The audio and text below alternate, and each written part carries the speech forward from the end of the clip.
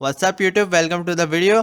आज की इस वीडियो में हम बनाना सीखेंगे सर्च फंक्शन फायरबेस पर और सी शार्प की मदद से।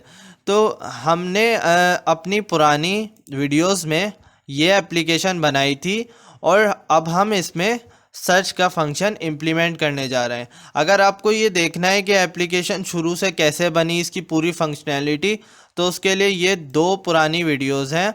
एक ये वीडियो है जिसमें स्टोर, रिट्रीव, अपडेट और डिलीट ये मैंने करना सिखाया है, और उसके बाद एक वीडियो ये है जिसमें ये सिखाया है कि ये डेटा ग्रिड जो है, इसके अंदर आप अपना पूरा फायरबेस का डेटा कैसे रिट्रीव कर सकते हो। थोड़ी लंबी वीडियो है, लेकिन ये लंबी इसलिए है क्योंकि ट्रिक थोड़ी मुश्किल है, लेकिन अच्छी तरीके से समझाया हुआ है। तो आप आराम से देखोगे तो ये चीज़ समझ में आ जाएगी। तो जब ये दोनों वीडियो अगर आप शुरू से देख लोगे तो आपको इतना आ जाएगा कि आप डेटा ग्रिड व्यू में अपना सारा रिकॉर्ड शो करवा सकते हो। और अब उसके बाद हम सीखेंगे कि इसमें सर्च कैसे करवाएं। आइए शुरू करते हैं। तो पहला काम हम ये करेंगे कि इसको हम कर देंगे थोड़ा सा छोटा, क्योंकि यहाँ पर हमें सर्च बार की जगह बनानी है। और यहीं से मैं टेक्स्ट बॉक्स को कॉपी एंड पेस्ट करूँगा। ये आ जाएगा नीचे यहाँ पर, और यहाँ से एक बटन लूँगा और इसको भी कॉपी और पेस्ट करके यहाँ पर ले आऊँगा। और इस बटन को पहली फुर्सत में इसका नाम चेंज करेंगे। इसका नाम रखेंगे सर्च। तो इसका नाम हो गया सर्च, यानी इसका टेक्स्ट जो है वो सर्च हमने रख दिया। और इसका हम करेंगे नाम चेंज, यानी इसका टेक्स्ट चेंज नहीं करेंगे, इसका हम नेम चेंज करेंगे। और नेम इसका रख देंगे सर्च टी बॉक्स। एक और हमें टूल बॉक्स से चीज़ लेनी पड़ेगी, वो होगी कॉम्बो बॉक्स। और कॉम्बो बॉक्स के साथ हम ये करेंगे कि इसके फॉन्ट को थोड़ा बड़ा कर देंगे, यानी 12। और इसके आइटम्स में हम अपने सारे कॉलम्स को लिख देंगे, यानी फुल नेम, रोल नंबर, इन सब को आइटम्स में लिख देंगे। और इनकी स्पेलिंग या बीच में जो गैप है, जैसे कि यहाँ पर एक गैप है, तो ये सब चीज़ें चेंज नहीं होनी चाहिए, बिल्कुल एग्जैक्ट हमें नेम लिखने हैं। तो पहले फुल नेम है, उसके बाद रोल नंबर है, उसके बाद ग्रेड है, और उसके बाद सेक्शन है। ये सारे ऑप्शन हम इसलिए दे रहे हैं ताकि यूज़र के पास ये सारे ऑप्शन मौजूद हों कि अगर वो फुल नेम से सर्च करना चाहता है तो उससे भी रिकॉर्ड को सर्च कर सकता है, रोल नंबर से भी कर सकता है, ग्रेड से और सेक्शन से, हर चीज़ से वो अपने रिकॉर्ड्स को सर्च कर सकता है। तो इसलिए हमने यहाँ पे ये कॉम्बो बॉक्स दिया है। अब एक फाइनल काम हम ये करेंगे, ये इस शो रिकॉर्ड्स की प्रॉपर्टीज़ में जाएंगे और इवेंट के सेक्शन में इसका जो इवेंट है, क्लिक इवेंट, यानी बटन वन क्लिक, इसको हम सर्च पे डाल देंगे, यानी सर्च पे पेस्ट कर देंगे। अब इन दोनों का इवेंट सेम हो गया। तो अब यहाँ का तो काम ख़त्म हो गया, अब हम सारा काम फॉर्म के कोड में करेंगे। तो ये वो इवेंट है जो कि शो रिकॉर्ड्स के बटन को दबाने पर एक्टिवेट होगा, क्लिक करने पे। और ये इन दोनों बटन को क्लिक करने में, किसी को भी क्लिक करेंगे तो ये इवेंट एक्टिवेट होगा। तो अब इसमें हम थोड़ी चेंजेस करने वाले हैं, यानी पुरानी जो वीडियो थी हमारी जिसमें हमने डेटा ग्रिड व्यू में डेटा डालना सीखा था, तो हमने यहाँ पर छोड़ा था, यानी डेटा ग्रिड व्यू में सारी रोज़ एक के बाद एक सारे रिकॉर्ड ऐड होते जाएंगे। तो वहाँ से हम शुरू कर रहे हैं और इसको इस लाइन को पहले हम मिटाएंगे और इसकी जगह हम एक नई चीज़ ऐड कर रहे हैं जो कि है data table. dt equals to new data table. और इस डेटा टेबल के कॉलम्स में मैं ऐड कर दूंगा वही सारे कॉलम जो कि मैं डेटा ग्रिड व्यू में चाहता हूँ। तो इसमें मैं ऐड कर दूंगा फुल नेम और सारे जो कॉलम्स हैं एग्जैक्टली वही नेम मैं यहाँ पर रखूँगा, रोल नंबर, उसके बाद ग्रेड और आखिर में सेक्शन।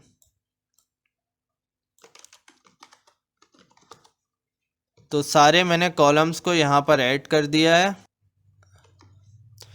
अब अगली जो चेंजेस मैं करने जा रहा हूँ वो ये है कि यहाँ पे मैं dt लिख रहा हूँ डेटा ग्रिड व्यू के जगह, यानी मैं डेटा ग्रिड व्यू में सारी ये जो सारे रिकॉर्ड्स हैं जो कि ऐड हो रहे हैं, तो अब मैं डेटा टेबल में ऐड करवा रहा हूँ और डेटा ग्रिड व्यू में ऐड नहीं करवा रहा, क्योंकि मैं चाह रहा हूँ कि सारे रिकॉर्ड्स जो हैं वो पहले डेटा टेबल में ऐड हो जाएं और आखिर में फिर जाके वो डेटा ग्रिड व्यू में चले जाएं। उससे क्या फ़ायदा होगा वो देखते हैं। तो यहाँ पर हम अपने डेटा ग्रिड व्यू की जो सोर्स है, डेटा सोर्स जो है, उसको नल कर देंगे, यानी ख़त्म कर देंगे। और उसके बाद क्या करेंगे, हम डेटा ग्रिड व्यू के रॉज को क्लियर कर देंगे और साथ ही साथ उसके कॉलम को भी क्लियर कर देंगे। और इन दोनों को क्लियर करने की वजह यह है कि जब नया डेटा टेबल लोड होगा, यानी यहाँ पर हम सेक्शंस बना रहे हैं पहले, उसके बाद उन सेक्शंस में इस लूप के तहत, इस लूप की वजह से हम सारा डेटा को ऐड करवा रहे हैं।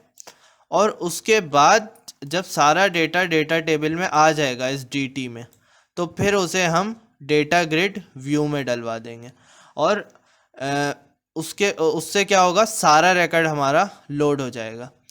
और अभी मैंने ये रियलाइज़ किया कि मैं लूप के अंदर काम कर रहा हूँ, जबकि ये काम मैं लूप के बाहर करूँगा, क्योंकि लूप ये कर रहा है कि सारा रिकॉर्ड लोड करवा रहा है।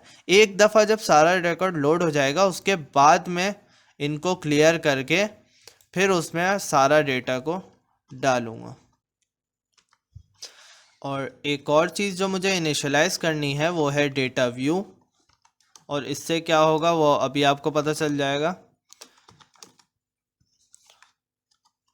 डेटा व्यू में हम अपना डेटा टेबल दे देंगे और फिर आखिर में क्या काम करेंगे कि यहाँ पर डेटा ग्रिड व्यू की सोर्स को, डेटा सोर्स को हम डेटा व्यू के बराबर कर देंगे।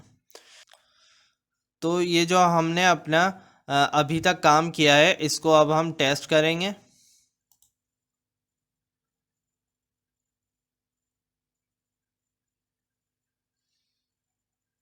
और शो रिकॉर्ड्स पे मैं दबाऊंगा। ये नॉर्मली रिकॉर्ड शो हो रहा है, और अभी एक रिकॉर्ड इसलिए शो हो रहा है कि यहाँ पर अभी एक ही रिकॉर्ड है, एक ही स्टूडेंट इनरोल है। तो यहाँ पर और डेटा को भी ऐड कर देते हैं ताकि जब हमारी पूरी एप्लीकेशन बनेगी तो हमें नज़र आए यहाँ पे डेटा सर्च होता हुआ। तो हाँ, और कुछ स्टूडेंट्स को भी इनरोल कर देते हैं।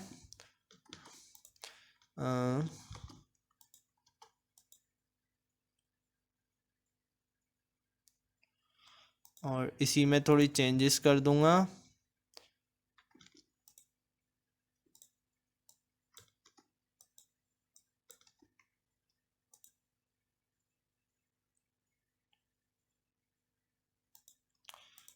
और कुछ स्टूडेंट्स को ले आऊँगा।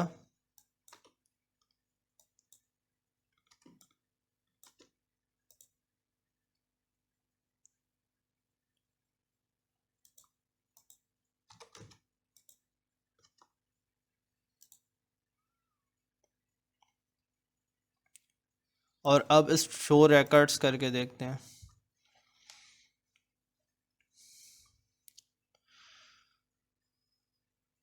थोड़ा टाइम लेगा, जैसे इसने थोड़ा टाइम लिया उसके बाद सारे रिकॉर्ड शो कर दिए।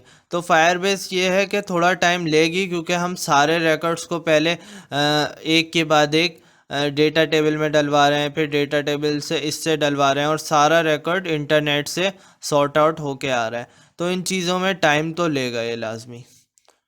तो यहाँ तक तो हमारी ऐप बन चुकी है कि डेटा ग्रिड में हमारा डेटा शो हो रहा है।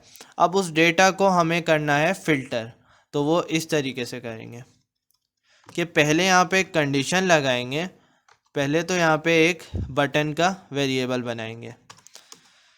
उस बटन के ऑब्जेक्ट में, वेरिएबल नहीं कहेंगे इसे, ऑब्जेक्ट कहेंगे, इसमें हम क्या करेंगे, बटन और सेंडर। इस लाइन से बेसिकली ये होगा कि जब ये इवेंट कॉल होगा तो सेंडर कौन है ये पता चल जाएगा, यानी इवेंट को ये पता चल जाएगा कि जो इवेंट एक्टिवेट हुआ है वो इसकी वजह से हुआ है या इसकी वजह से हुआ है, क्योंकि हमें दोनों की फंक्शनैलिटी अलग रखनी है। जब हमें शो रिकॉर्ड्स दबाया जाए बटन तो हमें सिंपली रिकॉर्ड शो करवाना है, लेकिन जब सर्च का बटन दबाया जाए तो हमें यहाँ पर सर्च करवानी है, यानी डेटा को फिल्टर भी करवाना है। तो वो इस तरीके से करेंगे कि if button dot text equals to search, then अब यहाँ पर हम अपना डेटा को फिल्टर करेंगे, और क्योंकि हम डेटा व्यू का इस्तेमाल कर रहे हैं फ़िल्टर करने के लिए तो उसको पहले हमें डिफ़ाइन करना होगा।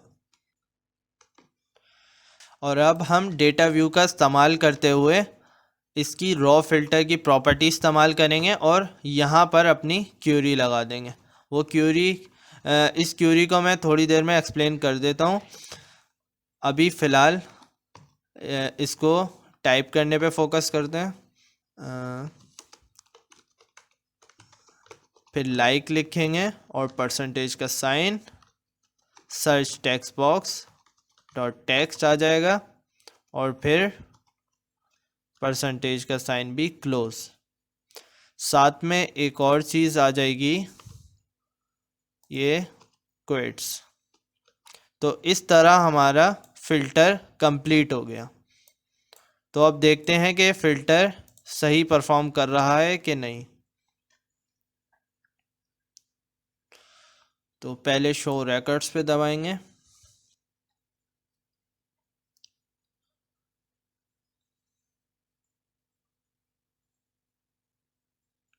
तो ये हमें सारे रिकॉर्ड्स शो करके दे रहा है। अब मुझे चाहिए सिर्फ सेक्शन ए के रिकॉर्ड्स, तो मैं यहाँ से सेक्शन सेलेक्ट करूँगा और यहाँ लिखूँगा ए, और कुछ देर वेट करेंगे। ये देख सकते हैं आप, सेक्शन ए के रिकॉर्ड्स आ गए। अब मैं चाह रहा हूँ कि जिस बंदे के नाम में रज़ा आए वो सारे रिकॉर्ड्स निकाल के दे दो। तो मैं फुल नेम सेलेक्ट करूँगा और फिर सर्च करूँगा। तो ये आप देख सकते हैं रज़ा, दो नामों में रज़ा आ रहा था, तो इसने ये नाम सर्च करके दे दिए। तो इस तरह हमारा सर्च फंक्शन कंप्लीट हो चुका है। अब जहाँ तक इस क्वेरी की बात है, तो ये क्वेरी इस तरीके से काम करती है कि ब्रैकेट्स हैं और उनके अंदर आ रहा है कॉलम नेम, जैसे कि फुल नेम। और ये ब्रैकेट्स इसीलिए होते हैं क्वेरी में ताकि ये जो गैप आ रहा है ना बीच में नाम के, तो ये कवर हो जाए, वरना इसमें एरर आता है, इसलिए ये ब्रैकेट्स लगाए जाते हैं। उसके बाद हमारा लाइक का कीवर्ड आता है, और फिर परसेंटेज का साइन आएगा, बीच में आएगा हमारा वो टेक्स्ट जो कि हम सर्च करवाना चाह रहे हैं। जैसे कि मैंने सर्च करवाया था रज़ा, तो बीच में आ गया टेक्स्ट रज़ा और उसके बाद परसेंटेज का साइन। तो इन परसेंटेज के साइन के बीच में जो भी आप स्ट्रिंग डालोगे वो उस पूरे में वो सर्च कर देगा, भले ही वो शुरू में हो, भले ही आखिर में हो, और या भले ही मिड में हो। ये रज़ा वो उस पूरे नेम में वो चीज़ सर्च करके लाके दे देगा। तो ये काम था हमारे फ़िल्टर का।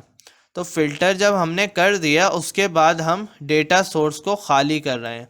उसकी वजह यह है कि पुराना डेटा अगर ऐड हुआ होगा तो उसको क्लियर कर दे, और रोज़ और कॉलम को इसलिए हम क्लियर कर रहे हैं क्योंकि अगर हम नहीं करेंगे तो वो यहाँ पे नए रोज़ और कॉलम बना देगा, जबकि हम ये नहीं चाह रहे। तो इसलिए इन्हें क्लियर करना ज़रूरी है। और उसके बाद डेटा ग्रिड व्यू में नई डेटा सोर्स हम दे रहे हैं, डेटा व्यू, जो कि अभी अभी क्रिएट हुआ है, यहाँ पर नहीं, यहाँ पर डेटा टेबल में सारे रिकॉर्ड्स ऐड हुए हैं और फिर यहाँ पे डेटा व्यू क्रिएट हुआ है। तो फिर इस नए डेटा व्यू को, यानी जो नया हमने डेटा फिल्टर किया है, उसको हम डाल देंगे डेटा ग्रिड व्यू में। तो इस तरीके से हमारा सर्च का फंक्शन कंप्लीट हो गया है। आखिरी बात मैं ये कहता चलूँ कि ये जो हमने काम किया है ये थोड़ा अभी जुगाड़ी था, और उसकी वजह यह है कि कोई स्टैंडर्ड अप्रोच इसकी मौजूद नहीं है, क्योंकि फायरबेस डायरेक्टली सी शार्प को सपोर्ट नहीं करता। इसे हमें नगेट पैकेजेस या एक्सटेंशन या जुगाड़ों के ज़रिए ही हम इसे एक्सेस कर पाते हैं फायरबेस को। तो इस वजह से इसके थोड़ा मेथड हमें निकालना पड़ा, और वही बात है जैसा कि मैंने अपनी डेटा ग्रिड व्यू वाली वीडियो में बताया था कि इसके लिए आपका डेटाबेस पहले से तैयार होना चाहिए। यानी ये डेटा ग्रिड व्यू में दिखाने जो हम डेटा शो करवा रहे हैं, या आप आम डेटा को शो नहीं करवा सकते, उसके लिए आपके पास एक काउंटर होना चाहिए, और दूसरी चीज़ ये सीरियल नंबर्स होने चाहिए, ताकि आप लूप में डेटा को चला सकें 1 2 3 4 5। तो ये आपके डेटा में होने चाहिए, ये आपको मैन्युअली ऐड करने पड़ेंगे। और ये कैसे ऐड करने, क्या ऐड करने, ये मैंने डेटा ग्रिड व्यू वाली वीडियो में ही अच्छी तरीके से, इस वीडियो में अच्छी तरीके से समझाया है। तो इसको इत्मीनान से देख लेंगे तो ये चीज़ भी क्लियर हो जाएगी। तो आज के लिए इतना ही। वीडियो पसंद आए तो ज़रूर लाइक कीजिए और चैनल को ज़रूर सब्सक्राइब कीजिए, और वीडियो को अपने सारे दोस्तों के साथ शेयर कीजिए। सी यू नेक्स्ट टाइम।